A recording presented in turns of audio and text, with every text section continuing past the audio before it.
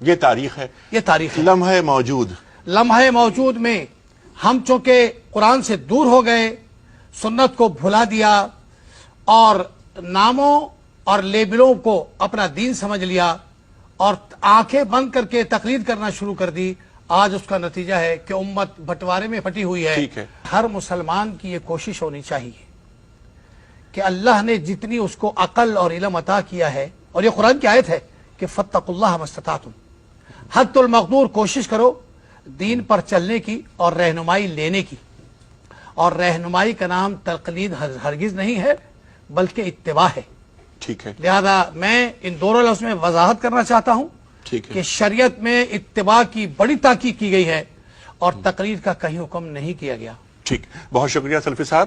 سوال جواب کی جانب چلتے ہیں. جی محترمہ، آپ کا سوال. میرا نام مسز عمران ہے. میں مفتی صاحب سے یہ پوچھنا چاہ رہی ہوں کہ اسلام سے پہلے جو شریعتیں ہیں اس میں تقلید کا کانسیپٹ موجود ہے کہ نہیں؟ تقلید اگر بمعنی اتباع ہو تو ظاہر ہے کہ جو حواریین تھے حضرت عیسیٰ علیہ الصلوۃ والسلام کے، ان کے بارے میں امت کو حکم یہی تھا کہ وہ ان کا اتباع کریں.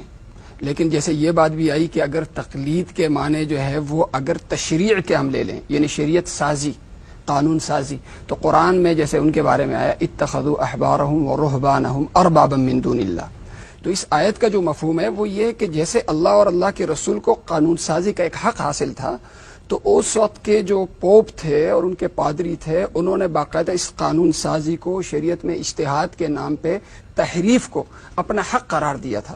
اور اس تحریف کے یعنی اجتہاد بمعنی تحریف، وہ جو ہے وہ دین کو بدلتے جاتے تھے، جس کا ذکر قرآن میں آیا ہے. تو اتخذوا احبارهم ورهبانهم، اسی طرح قرآن میں یا ایھا الذین آمنوا ان کثیرا من الاحبار والرهبان لا یاکلون اموال الناس بالباطل.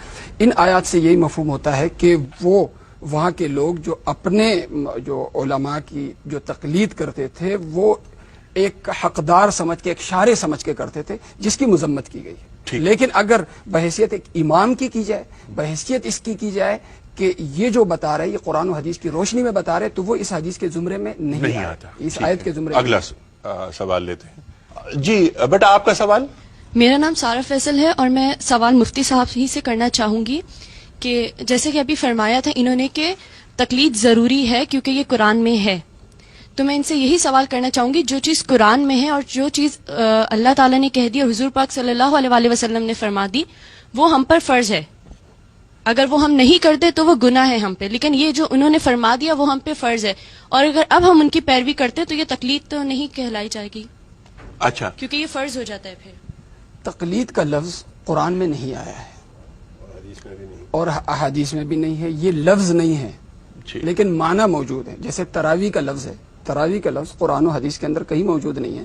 اس کا یہ مطلب نہیں کہ تراویح کا سرے سے وجود نہیں ہے.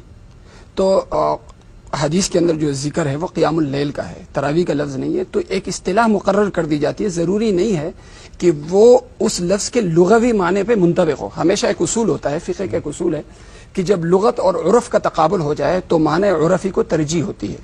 تو یہاں تقلید کے معنی اتباع کے ہیں اور بحیثیت وارثین نبی کے جو ہے وہ علماء کا تقلید کے معنی اتباع کے ہیں اور اتباع پر ان حضرات کو بھی اتباع کوئی اختلاف نہیں ہے. ٹھیک اور ہے. بلکہ میں ایک بات اور بھی عرض کروں گا انہی سے اتفاق کرتا ہوا کہ جس معنی میں لیا جاتا ہے قبول و قول بلا دلیل، یقیناً اس نے امت مسلمہ کو جمود کا شکار کر دیا. یقیناً اس سے اتفاق کرتا ہوں، جمود کا شکار کر دیا. ایسا نہیں ہونا چاہیے. دیکھیں اس دور میں جو ہو رہا ہے، مولانا تقی عثمانی صاحب مدظ اللہ علی اور ہیلے ناجزہ، میں نے اس کی مثالیں دی ہیں، یہ اجتہادی تو ہے. تو اس میں یہ ہوگا کہ میں اس سلسلے میں ریکویسٹ کروں گا کہ اگر اس قسم کے جیسے بینکنگ کا شعبہ ہم نے شروع کیا، اسی طرح اگر حکومت جو ہے خصوصاً اس وقت سب سے زیادہ مسائل طلاق کے مسائل جو ہے وہ کورٹوں میں ہوتے ہیں، تو اگر علماء کرام کو اگر جگہ دی جائے عدالتوں میں تو آپ دیکھیے گا پھر کیسے اجتہاد ہوتا ہے، خواتین کے مسائل کیسے حل ہوتے ہیں. بالکل ٹھیک ہے. محترم خواتین و حضرات، آج ہم نے بات کی تقلیدی رویوں کے تعلق سے اور سمجھنے کی کوشش کی کہ امت کے لیے تقلیدی رویے بہتر ہیں یا غیر مقلدانہ. دونوں جانب سے دلائل آئے ہیں. مقصد گفتگو کا یہ، جس طرح سلفی صاحب نے فرمایا، جس طرح علامہ صاحب نے فرمایا، کہ قریب لائے جائے، جو ابہام ہے وہ دور کیے جائیں، جو ذہنوں میں گتھیاں موجود ہیں انہیں سلجھایا جائے تاکہ دین کو فائدہ ہو. ہماری زندگی اس دین پر قربان ہے.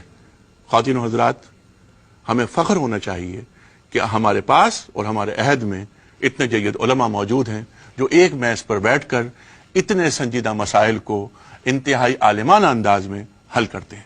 اپنے میزبان انیق احمد کو اجازت دیجیے. خدا حافظ.